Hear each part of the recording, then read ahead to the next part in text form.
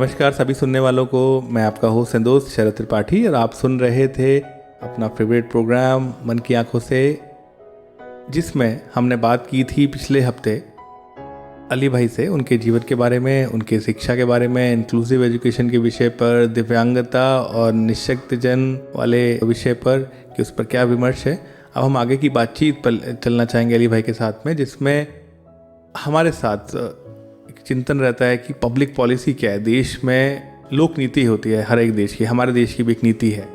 तो और वो नीतियाँ अलग अलग विषयों को लेकर होती हैं, वो पशुपालन की हो, चाहे वो कृषि की हो, चाहे वो अर्थ की हो, चाहे रेडियो ब्रॉडकास्टिंग की हो। तो ऐसे ही एक नीति है दिव्यांगता को लेकर, यानी कि विकलांग लोगों को लेकर, उनके जीवन को लेकर, जिसमें यूनाइटेड नेशंस कहता है नथिंग अबाउट अस विदाउट अस। तो मैं अली भाई से पूछना चाहूँगा कि नथिंग अबाउट अस विदाउट अस की जो सोच है, वो भारत में क्या पार्टिसिपेशन उस प्रकार से अवेलेबल हो पाया है दिव्यांग लोगों को? तो जो शोध का विषय है, जो कि अभी शोध तो हालांकि 4 से 5 साल लेगी, लेकिन फिर भी कुछ अली भाई ने पढ़ा है, लिखा है इस विषय को लेकर। तो अली भाई, जो नथिंग अबाउट अस विदाउट अस की जो पार्टिसिपेशन की बात है, वो क्या है अभी इस समय, क्या स्थितियाँ हैं? दरअसल क्या, जब हमारे देश में पॉलिसी मेकिंग और पॉलिसी इम्प्लीमेंटेशन के जो एस्पेक्ट्स हैं, उन पर सिर्फ डिफरेंटली एबल्ड को लेकर नहीं, लेकिन हर तरह के वर्ग को लेकर एक मंथन चल रहा है जी। होता ये है कि एक हमारे यहाँ सीधा सीधा बोला जाता है कि क्लोज डोर एनवायरनमेंट में एक पॉलिसी डॉक्यूमेंट तैयार होता है जी। कुछ लोगों का फीडबैक हो सकता है, ले भी लेते हैं, दिखाते हैं जो भी, लेकिन सरकार या प्रशासन अल्टीमेटली उन्हीं पॉलिसीज़ को फ्रेम करता है जो उनके प्रायोरिटीज़ को सूट करे, ना कि जिनके लिए बना रही है उनकी प्रायोरिटी को। जी। डिफरेंटली एबल्ड के साथ हालांकि दिक्कत 1995 के एक्ट में तो थी, बाद में जब 2006 में United nation convention on rights of persons with disability आया जी, उसने एक ब्रॉड एस्पेक्ट तैयार किए। उन्होंने एक्चुअली डिफरेंटली एबल्ड के पहले राइट्स क्या होते थे बेसिकली, कि आप उस समय तक सिर्फ रिजर्वेशन नौकरियों में, हाँ, और उन नौकरियों में, एजुकेशन में, और कुछ नौकरियां भी वो सारी नहीं जो आप मान के चलते हैं कि एक डिग्निफाइड पोजीशंस जिन लोगों को मिलती थी कि आप बड़े एडमिनिस्ट्रेटर बनना चाहते हैं, उस समय तक तो ये व्यवस्था थी भी नहीं, क्योंकि सरकार ने पोस्ट आइडेंटिफिकेशन का काम अपने हाथ में रखा हुआ था। जी। 2006 के कन्वेंशन के बाद हेल्थ, एजुकेशन, स्पोर्ट्स, इन तक में भी जो डिफरेंटली एबल्ड है उनके राइट्स को रिकॉग्नाइज किया, उनके अधिकार बताए कि यहाँ भी इनके अधिकार है, खेलने तक का अधिकार। आप देखते होंगे वर्ल्ड विश्व स्तर पे हर साल ओलंपिक के साथ एक पैरालंपिक भी होता है। जी। तो ये उसी सोच का परिणाम है कि ये लोग सिर्फ एक सजीव प्राणी ही नहीं है, ये लोग वो सारे काम, सारे एंटाइटलमेंट्स के हकदार हैं जो मिलता है। जी। एक अप्रोच होती है चैरिटी अप्रोच, जी। एक राइट अप्रोच ना, अप्रोच ऑन एंटाइटलमेंट्स। जी।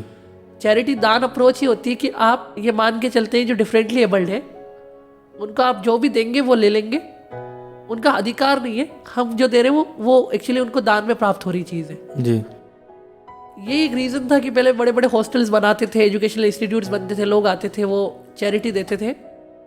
उसका असर ये होता था कि चैरिटी आई, उसका यूटिलाइजेशन हुआ, लेकिन उसका कोई इम्पैक्ट नहीं था, ये लॉन्ग टर्म इम्पैक्ट नहीं था।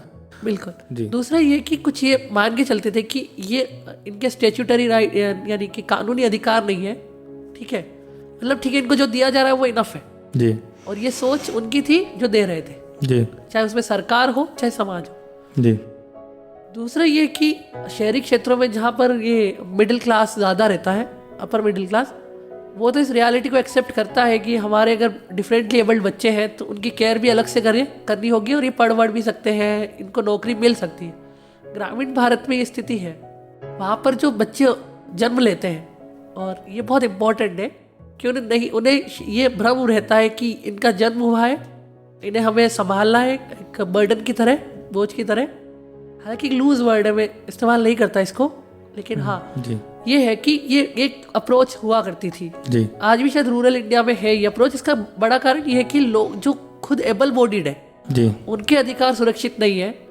जो लोग शारीरिक रूप से सशक्त हैं उनको ही अधिकार नहीं मिल रहा। उनके अधिकार नहीं मिल पाए, वही अपनी लिवलीहुड कमाने के लिए शहर में भटकते हैं। जी। तो महिलाएं हैं गाँव में जिनको डायन बता के लोग मार देते हैं आज भी। हाँ। जी। तो आप ये सोचिए, उनको ये लगता है कि अच्छा दूसरे गाँव के लोग ग्रामीण भारत में क्योंकि शिक्षा का अभाव है, जी तो जिस स्तर तक वे स्वयं नहीं पहुंचे वो कैसे अपेक्षा करें? उनकी अपेक्षा गलत भी तो नहीं है। वो ये नहीं मान सकते कि एक डिफरेंटली एबल्ड उनका बच्चा जो है, निशक्तजन है, जो विकलांग है, जी वो उस ऊंचाई तक जा सकता है जिस ऊंचाई तक वो बड़े बड़े जो ऑफिसेज होते हैं, जी एलिवेटेड ऑफिसेज होते हैं, जी उनमें उनका बच्चा किसी कुर्सी पर बैठे कैसे सोचेंगे? क्योंकि उनको सोचने का वक्त ही नहीं मिला। जी अब तो इसीलिए मैं कह रहा था, ये अधिकार वाली अप्रोच नहीं थी कि आपका अधिकार है। जी अब तक अप्रोच ये थी कि आपको जो मिल रहा है जी वो आप ले सकते हैं, पर उससे ज़्यादा की उम्मीद नहीं करें। 2016 में हमने भी एक कानून बनाया, 2014 में ही वो बन गया था, जो कि 2006 के यूनाइटेड नेशन के कन्वेंशन के आधार पर है पूरा का पूरा।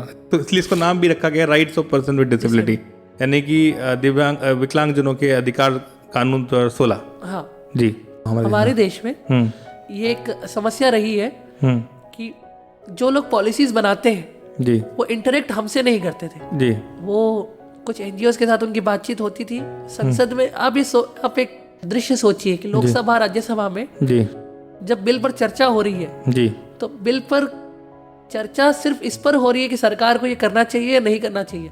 इस पर शायद नहीं बात होती कि क्योंकि जब अगर किसी शेड्यूल कास्ट, वुमेन, माइनॉरिटी से रिलेटेड अगर कोई बिल होगा तो एटलीस्ट उनके रिप्रेजेंटेटिव है पार्लियामेंट, संसद में है, बिल्कुल कुछ तो है जी, चाहे आप उनकी प्रोपोर्शन कुछ भी हो जी, पर 2 भी है तो बहुत है जी जी जी। एटलीस्ट वो वॉइस रेज कर रहे हैं हमारे साथ। जैसे कि एंग्लो इंडियंस, हाँ एंग्लो इंडियंस थे जी। अब आप इस तरफ आए तो हमसे फीडबैक लिया, इन्होंने सेलेक्ट कमिटीज वगैरह बना के जी दे भी दिया, पर वो सिर्फ कागजों में रहते हैं ना। फिर उसके बाद आप बिल पर जब बहस हो रही है तब आप अपना रिप्रेजेंटेशन है नहीं आपका, जी ठीक है। उसके बाद जो सेक्रेटेरिएट में जो लोग बैठते हैं जी, वो भी सारे एबल बॉडीड है, तो उन्हें वो नीड समझ में नहीं आती। उन्हें केवल वो डॉक्यूमेंट्स दिखते हैं, वो रिप्रेजेंटेशन आते हैं, वो पढ़ते हैं, फिर ये मान के देखते हैं कि फिजिबल है कि नहीं है। आप ये समझिए इसको, इस पर पैसा खर्च हो जाएगा। सरकार के लिए ये सरकार ये कर सकती है कि नहीं कर सकती, क्या आवश्यक है, उस पर नहीं बात हो रही है, ठीक है।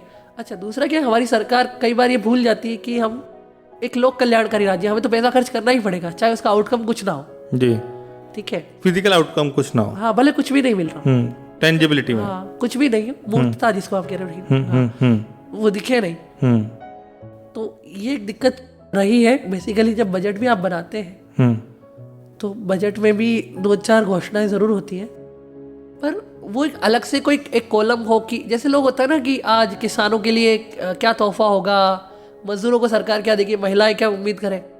मैंने ना कभी ऐसे पॉपुलर कल्चर में से सुना नहीं है कि आज डिफरेंटली एबल्ड एक्सपेक्ट करें कि बजट से क्या आएगा, क्योंकि बजटरी एलोकेशन वो लास्ट हो जाता है, ठीक है। अब जैसे टॉयलेट भी बना रहे हैं और आपको ये पता है कि लोकोमोटर डिसेबल्ड को आपको उस टॉयलेट में कैसे जाएगा, अगर आप ये सोच के देखें और आपसे ये कहा जाए कि आप कर तो सकते हैं लेकिन इसमें 20,000 एक्स्ट्रा खर्च हो जाएगा, तो वो आपकी प्रायोरिटी नहीं है। तो पॉलिसी मेकिंग के साथ दिक्कत ये है कि पॉलिसी जो बना रहे हैं, आपने कहा ना nothing us without us, nothing about us without us, nothing about us without अस, हमारे बारे में कुछ तय नहीं करोगे हमसे पूछे बिना, हमारी भागीदारी के बिना, हाँ वही कि हमारी भागीदारी के बिना हमारे बारे में कुछ नहीं। तो ये एक सवाल है कि आप ये सबके साथ है, जैसे मैंने बताया आपको। अब पॉलिसी मेकिंग्स पर इस पे आओ आपकी क्या अभी एक्ट में इस समय है नए वाले में। तो नए वाले में मैंने कहा जैसे आपका इलेक्शन जब आप वोट देने पहले जाते थे तो आप इतनी, मेरा तो कॉन्फिडेंस नहीं था कि मैं BLO से 2014 में जब मैं गया लोकसभा इलेक्शन में वोट देने, तब जिस परिस्थिति में मैं दे पाया मैंने दिया। अब तो 2019 में स्थिति थोड़ी बदली हुई थी, 18-19 में मतलब लेजिस्लेटिव असेंबली और ये दोनों दिए थे इलेक्शंस के वोटिंग। तो एक चीज़ यहाँ बदली हुई थी आपको, एक तो ब्रेल जो वोटर लिस्ट होती है, स्लिप होती है, मतलब वो आपके घर पे आ जाती है, ठीक है। तो आपको कैंडिडेट्स के नाम ब्रेल से पढ़ के आप वोट EVM पे अपनी पसंद का इलेक्टोरल चॉइस एक्सरसाइज कर सकते थे। उसके अलावा कई इलेक्टोरल जो सेंटर्स है, पोलिंग सेंटर्स थे, वहाँ पर रैम्प्स वगैरह बनाए गए अलग से, ठीक है। तो इलेक्शन कमीशन ने इसको अप्लाई किया क्योंकि अब एक्ट का पार्ट है एक्चुअली कि आपको एक्सेसिबल वोटिंग राइट्स देने होंगे जी। उसी तरह से खेलों के लिए भी सरकार अब कोशिश कर रही है कि कुछ बजटरी एलोकेशंस आए, और उसमें हमने पैरालंपिक्स में ओलंपिक्स से ज़्यादा बेहतर किया है भारत में। पैरालंपिक्स में हमारे पास इतने स्वर्ण आए हैं, ओलंपिक्स में नहीं आए तो उससे दुगने आए, ठीक है। हमारे पास हर तरह के खिलाड़ी उसमें निकले जी, ठीक है। हमारे एक दृष्टिहीन साथी को अर्जुन पुरस्कार भी मिला जी। तो ये चीज़ें हो रही है, खेल के राइट्स हमें मिले हैं जो मेजर पार्ट है उस पे आते हैं। देखो एजुकेशन एक बेसिक राइट है हमारा, वो आप किसी भी स्कूल में एडमिशन ले सकते हैं। स्पेशल स्कूल्स तो ऑलरेडी चल रहे हैं, जो चल ही रहे हैं जी, लेकिन उसमें 5% रिजर्वेशन है हायर एजुकेशन में तो जी, ठीक है, और 4% है नौकरियों में। ये बड़ा इंपॉर्टेंट है। जी, तो ये कि पहले एक दौर था जब आप ये सोच नहीं सकते थे कि क्या आप एक विजुअली इम्पेयर्ड पर्सन, क्या एक लोकोमोटर डिसेबल्ड, क्या एक हियरिंग इम्पेयर्ड भाई जो हमारा पर्सन है वो आईएएस बन सकता है कि नहीं। अब स्थिति क्लियर है। 2010 के बाद जब से अजीत यादव जजमेंट आया था, वो विजुअली इम्पेयर्ड के लिए था, लेकिन वो लागू अब सब पे ही होता है। इसमें सुप्रीम कोर्ट ने कहा था कि जो रीजन सरकार देती है आईएएस में अपॉइंटमेंट ना करने के, उसके उलट रीजन सुप्रीम कोर्ट ने दिए थे कि भाई एक इंटेलेक्चुअल प्रैक्टिस है, ये तो इसका आंखों से या डिसेबिलिटी से कोई रिलेशन नहीं है, वो ये काम कर सकते हैं। पहले टीचिंग स्टाफ में ही नियुक्ति होती थी या क्लर्क साहब बन सकते थे, पर बड़े एडमिनिस्ट्रेटिव पोस्ट नहीं मिलते थे, अब वो मिलने लगे। अब इवन लो विजन जो ब्लाइंड हमारे लो विजन साथी है वो एमबीबीएस भी परस्यू कर सकते हैं। थैलेसीमिया ग्रसित जो लोग हुआ करते थे उनको एमबीबीएस नहीं करने देते थे पहले, अब वो होने लगा है। दो तरह के चेंजेस आए। एक तो आपका रिजर्वेशन का दायरा बढ़ा है, लोगों की जागरूकता बढ़ी है, तो लोग जाने भी लगे नौकरियां करने, पहले वो सीटें वैकेंट रहती थी। दूसरा, अब आपके पास ऑक्यूपेशनल चॉइसेस बढ़ गई है। पहले आपके पास 2, 3, 4, 5 मिलाकर कुछ चॉइसेस हुआ करती थी। अब आप एडमिनिस्ट्रेटिव वर्क कर सकते हैं, टीचिंग एकेडमिक कर सकते हैं, आप मेडिसिन कर सकते हैं, आप लॉ कर सकते हैं, बैंकिंग में जा सकते हैं, आप लॉ कर सकते हैं, आप स्किल डेवलपमेंट में भी कुछ पर्टिकुलर स्किल्स ले सकते हैं। हाँ, जी, ये सारी पुलिसिंग को छोड़ के अभी पुलिसिंग पे मतलब ऐसा कोई भी काम जो या तो आपकी फिजिकल स्ट्रेंथ की वजह से देश को नुकसान पहुंचा सकता हो, ठीक है, या आपको ही नुकसान पहुंचाए। लाइक अगर आप हैवी इलेक्ट्रिकल्स में जाए किसी ब्लाइंड पर्सन को लेके, तो वो काम नहीं कर पाएगा। वो दोनों ही के लिए नुकसानदायक है, उसके लिए भी और क्योंकि अभी ऐसी टेक्नोलॉजी नहीं है, और इंस्टीट्यूशन के लिए भी। हाँ, ये है जी। तो एक ये चेंज हुआ है। दूसरा ये कि जुडिशरी इस मामले में काफ़ी एक्टिव दिखी है। जहाँ कहीं लगा कि यहाँ पोस्ट का आइडेंटिफिकेशन नहीं हो पाया है वो, लेकिन एक बात है, जैसे हमारे ये बात है कि आरपीडब्ल्यूडी एक्ट बने 2016 में बन गया, 2017 में केंद्र सरकार ने रूल्स नोटिफाई कर दिए, लेकिन अभी तक भारत के 28 राज्यों में से अभी 28 है और फिर 9 केंद्र शासित प्रदेश भी गिन ले तो केवल 12 स्टेट एंड यूटीज ने ही रूल्स नोटिफाई किए, यानी कि ये कानून जो 2016 वाला है सिर्फ 12 स्टेट्स में लागू होता है। ठीक है, तो बहुत ही डिसमल नंबर है 12, यानी कि आधे राज्यों में भी आधे राज्यों में भी नहीं है। तो राइट्स तो आपको तब मिले जब स्टेट उसको नोटिफाई करे, यानी कि रूल्स को कागज पे छाप देवे। तो यानी एक गवर्नर के हस्ताक्षर से वो कागज पे आ जाए। राजस्थान में आ चुके हैं। अच्छा, राजस्थान ने भी क्या किया कि कुछ चीजें तो बहुत प्रोग्रेसिव की है कि एक तो ये कर दिया कि अगर आप जनरल सीट ऑक्यूपाई करेंगे, पहले ये एक सिस्टम तो नहीं था, ये देखो बात तो नेचुरल जस्टिस की थी कि अगर आप जनरल में कम्पीट कर जाते हैं तो आपको जनरल की सीट मिलनी चाहिए जी। लेकिन वो एक्सप्लिसिटली कहीं लिखा हुआ नहीं था जी, और वो मुझे नहीं लगता कि उसको लिखने की जरूरत थी, कॉमन सेंस था एक्चुअली, लेकिन फिर भी इस बार वो लिख दिया रूल्स में जी। ठीक है, तो इसका मतलब आपका 4% मिनिमम है, उससे ऊपर आप जा सकते जी। दूसरा ये कि कैटेगरीज जो है वो बढ़ाई थी, 21 कैटेगरीज कर दी 7 से। सारी की सारी बेंचमार्क डिसेबिलिटी के दायरे में नहीं आती जी। अब बेंचमार्क डिसेबिलिटी क्या है, तो देखो 40% या अबव अगर किसी की डिसेबिलिटी है तो बेंचमार्क डिसेबल कहलाता है जी।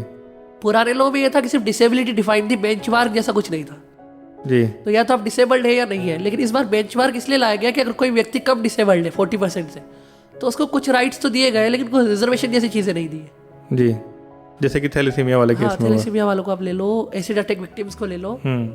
एसिड अटैक विक्टिम्स को रिजर्वेशन तो है, लेकिन उनको जैसे विजुअली इम्पेयर्ड की अलग रिकॉग्निशन है, हियरिंग इम्पेयर्ड को अलग रिकॉग्नाइज किया है, एलडीसीपी को अलग रिकॉग्नाइज किया है, पर बाकी जो 5 कैटेगरीज में 21 को डाला है उसमें 3 कैटेगरीज तो ये है जो इंडिपेंडेंटली है जी। बाकी 4th और 5th कैटेगरी मिलाकर है, जिसमें एक कैटेगरी जो 5th है उसमें इंटेलेक्चुअल डिसेबिलिटीज जितनी भी है, ऑटिज्म है, हाँ ऑटिज्म को ले लो, मेंटल इलनेस, तो उन सबको इसमें शामिल कर लिया गया जी। तो ये जरूर है हाँ, ये कि अभी जो ज्यादा बड़ा जो गेन है वो विजुअली इम्पेयर्ड, हियरिंग इम्पेयर्ड और लोकोमोटर डिसेबल्ड हुआ है, क्योंकि उनके तो ऑलरेडी राइट्स स्टेब्लिश्ड थे, उनको कुछ ज्यादा इसलिए मिला है क्योंकि वो आईएएस तक वैसे भी पहुंचने लगे थे 2016 से पहले तक। तो इसलिए इस एक्ट ने विशेष उनके लिए कुछ नहीं किया, मेरा कहने का मतलब ये है।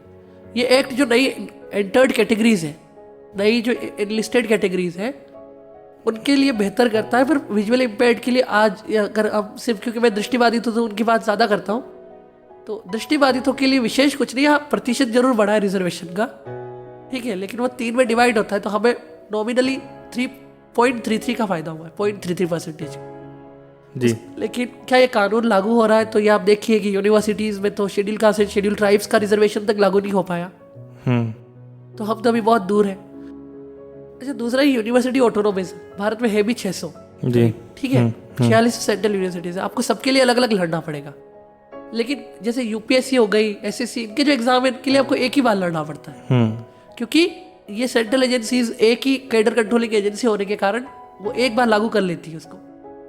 अब आपने एक्स यूनिवर्सिटी में लागू करवा लिया हाई कोर्ट जाकर, वाई यूनिवर्सिटी ये कहेगा कि ठीक है वो तो ऑर्डर एक्स के लिए था, ठीक है, और उसी ऑर्डर को आप अगर प्रोड्यूस भी कर दे वाई यूनिवर्सिटी में जाके कि ये ऑर्डर था एक्स के लिए था, आप पर भी एप्लीकेबल है, तब भी आपको कंटेम्प्ट में जाना पड़ेगा। जी।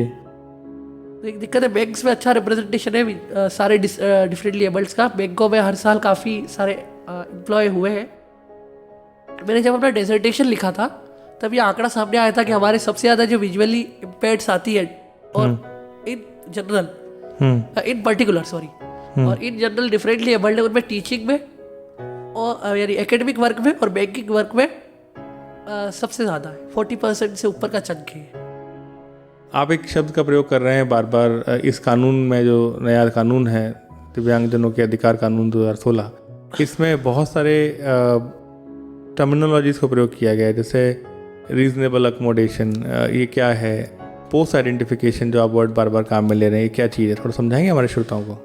देखिए, इसमें कुछ एक शब्द है, इवन एक इससे पहले मैं एक समझाता हूँ फिर 2 पे समझाता हूँ। एक इक्वल अपॉर्चुनिटी पॉलिसी का भी कॉन्सेप्ट आया इस बार कि हर जो इंस्टीट्यूशन है, अप्रोप्रिएट गवर्नमेंट जो है वो अपनी इक्वल अपॉर्चुनिटी पॉलिसी लाएगी और बताएगी कि हम क्या एफर्ट कर रहे हैं। जी। रीजनेबल अकोमोडेशन का मतलब होता है कि आप किसी इंस्टीट्यूशन में काम कर रहे हैं या आपका उससे कोई वास्ता है जी, वो आपको कैसे सर्व करे, तो वो अकोमोडेशन रीजनेबल होना चाहिए। उदाहरण के तौर पे मेरी यूनिवर्सिटी मुझे एम्प्लॉय कर देती है और मैं एलडीसी पे हूँ फॉर एग्जांपल जी, लेकिन मेरा चैम्बर या मेरी क्लासेस सारी की सारी 2nd फ्लोर पे लगा दी जाए जी, और जाने का सिर्फ एक ही रास्ता है, सीढ़ियाँ, तो ये अकोमोडेशन तो था कि आपको नौकरी तो दे दी गई, लेकिन रीजनेबल नहीं था, बिकॉज कि प्रैक्टिकली इम्प्लीमेंटेबल नहीं है, सामने वाला जाएगा तो जाएगा कैसे। ओके, तो रीजनेबल अकोमोडेशन है कि अकोमोडेशन तो हो लेकिन रीजनेबल हो, यानी कि कोई भी लॉजिकल ग्राउंड पर उसको डिनाई नहीं किया जाए। तो उसी में एग्जाम्स में आप ये तो कह सकते हैं कि उनको एग्जाम्स देने का हक है। जो स्क्राइब रूल्स हम लोग हमेशा बार बार बात करते हैं, ये हाई कोर्ट्स जो है जिन्होंने भी जब भी इसको इंटरप्रेट किया है, ये रीजनेबल अकोमोडेशन शब्द के दायरे में किया है। यानी आप ये कह रहे हो कि हाँ, हम इनको परीक्षा देने से नहीं रोक रहे, लेकिन अगर आप उनको श्रुति लेखक नहीं लाने दे रहे तो आप वर्चुअली उनको परीक्षा देने से रोक रहे हैं, तो ये इररीजनेबल अकोमोडेशन है। अच्छा, अगला हम जब कह रहे थे पोस्ट आइडेंटिफिकेशन, मतलब कि जो पद है जी, आप ये समझे कि पद का चिन्हीकरण, आपने आरक्षण दे दिया 4%, लेकिन आपने कहा कि ये उन्हीं पदों पर लागू होगा जिनका जो आइडेंटिफाइड होंगे, जिनकी पहचान होगी। पहचान का आधार क्या होगा कि किन पर काम करने लायक है जी। अब ये बड़ी विडंबना है इसमें ये कि सरकार ये तय करती है अपने विवेक से, बिना किसी से पूछे जी। मान लो कि कोई एक पोस्ट है, जैसे आईएएस के साथ ही हुआ, या बहुत सारी जो केंद्रीय सेवाएं थी, जब सरकार ने 2002 में सूची जारी की थी, तब बहुत सारी सेवाओं को बाहर कर दिया था उससे। बाद में अदालतों ने कहा कि नहीं, ये पोस्ट आइडेंटिफिकेशन गलत हुआ है। तो आज भी वो चाबी सरकार के पास है, सरकार चाहे तो इस पद को या उस पद को बाहर ले ले, अगर उस पद प्रक्रिया से। हालांकि कुछ कमिटीज बनाई हैं और उसमें कुछ दिव्यांगजन भी हैं उसके अंदर, उसमें डेलिब्रेशन चाहे आप कितना भी करें, अंतोगत्वा ये देखा गया है कि हाँ, लेकिन इतना जरूर कि जो आइडेंटिफाइड पोस्ट है उसकी एक पूरी सूची, जो हमारे श्रोताओं के काम की बात है, वो ये कि जितनी भी पदों की पहचान हो गई है उनकी एक पूरी सूची वेबसाइट पे उपलब्ध है, डिपार्टमेंट ऑफ डिसेबिलिटी अफेयर्स की, या कमिश्नर डिसेबिलिटी की वेबसाइट, या कमिश्नर, हाँ, commissioner of person with disability, Bharat सरकार, ठीक है जी। राजस्थान सरकार ने एक बहुत स्मार्ट मूव लिया है, अच्छा मूव लगा मुझे वो। उन्होंने कहा कि जो पद केंद्र ने चिन्हित कर लिए उसके समकक्ष पद राजस्थान में चिन्हित माने जाएंगे। जैसे कि पटवारी का पद केंद्र में नहीं है तो क्या करेंगे? हाँ, उसके लिए तो पटवारी का पद अगर केंद्र में नहीं है तो राज्य अपने विवेक का इस्तेमाल करेगा, लेकिन जैसे कि एक प्रिंसिपल का पद केंद्रीय विद्यालय का होता है जी, वो अगर केंद्रीय विद्यालय का प्रिंसिपल है तो राज्य के विद्यालय का भी प्रिंसिपल अपने आप चिन्हित माना गया, ठीक है। उसी तरह से बहुत सारे पद, ज़्यादातर पद जो होते हैं वो केंद्र और राज्यों के समान है, काफ़ी सारे तो लगभग 90%। ज़्यादातर तो केंद्र के पास ज़्यादा पद है जी। आप देखिए पूरा रेलवे और रक्षा विभाग केंद्र के पास है, जो कि स्टेट के पास नहीं है। जी।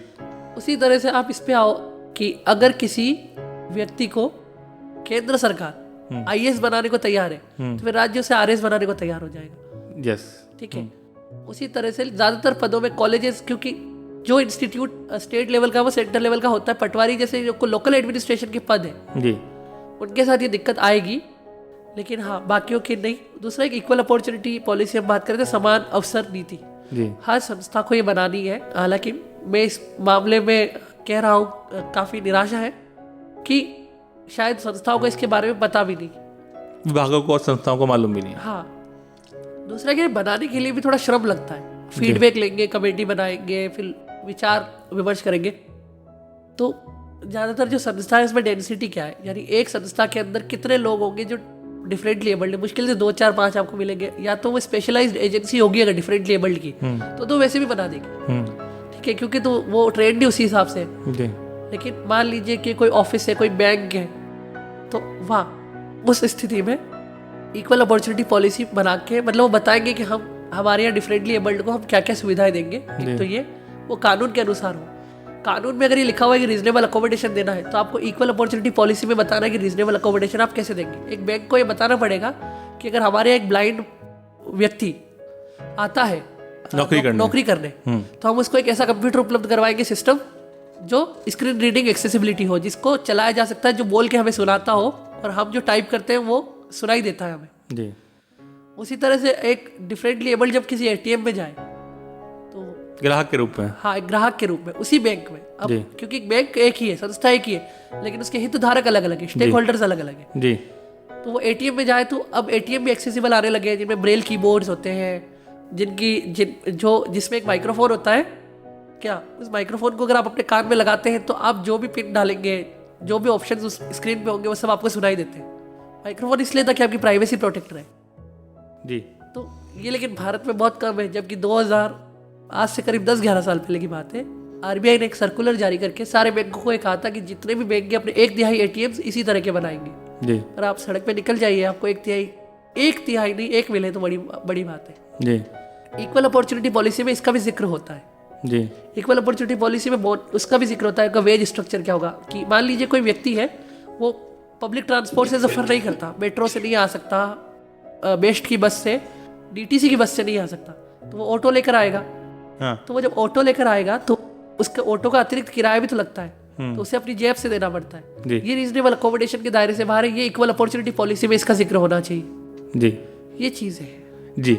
लेकिन इन सारी बातों पर और विस्तार से बात करने के लिए हमें और समय चाहिए, लेकिन समय तो निश्चित है, इस जीवन में भी कोई व्यक्ति आया है उसका भी जीवन का समय भी निश्चित है। तो समय की इस पाबंदी को ध्यान में रखते हुए अली भाई आपसे बातें करने का तो बहुत सारा मन कर रहा है, और हमारे बहुत सारे विषय हैं जैसे सुगम्य भारत अभियान है, या इसके अतिरिक्त बहुत छोटे छोटे सवाल हैं होते हैं जीवन के, उन पर हमें विषय में बात करना है। कोई आपसे पूछ लेता है कि भाई आपको अंग्रेजी भाषा कैसे सीखी आपने, या आप अकेले कैसे ट्रैवल कर लेते हैं, क्या आप ये खाएंगे, जबकि भले ही बता दिया गया है कि केक आपको देने जा रहे हैं, फिर भी आप बोल रहे हैं कि ये केक है। तो ऐसे बहुत सारे विषय हैं जो हम आपसे चर्चा करेंगे, तो लेकिन इन सारे विषयों को हम लेंगे किसी अगले एपिसोड में। फिर मिलेंगे आपसे आपके इस पसंदीदा प्रोग्राम के साथ जिसका नाम है मन की आंखों से। सुनते रहिए, मुस्कुराते रहिए 90.4 FM। और कुछ कहना चाहते हो, कुछ लिखना चाहते हो, आपके मन के उद्गार आप व्यक्त करना चाहते हो, तो आप हमें ईमेल कर सकते हैं info@radiomadhuban.in पर, और आप हमें पत्र भी भेज सकते हैं। आप हमें लिख सकते हैं हमारे पते पर, रेडियो मधुबन, शांतिवन, ब्रह्म कुमारी ईश्वरीय विश्वविद्यालय, आबू रोड, राजस्थान। और हमारा पिन कोड है 307510, यानी कि 307510। नमस्कार, फिर मिलेंगे इसी दिन इसी समय। सुनते रहिए, मुस्कुराते रहिए।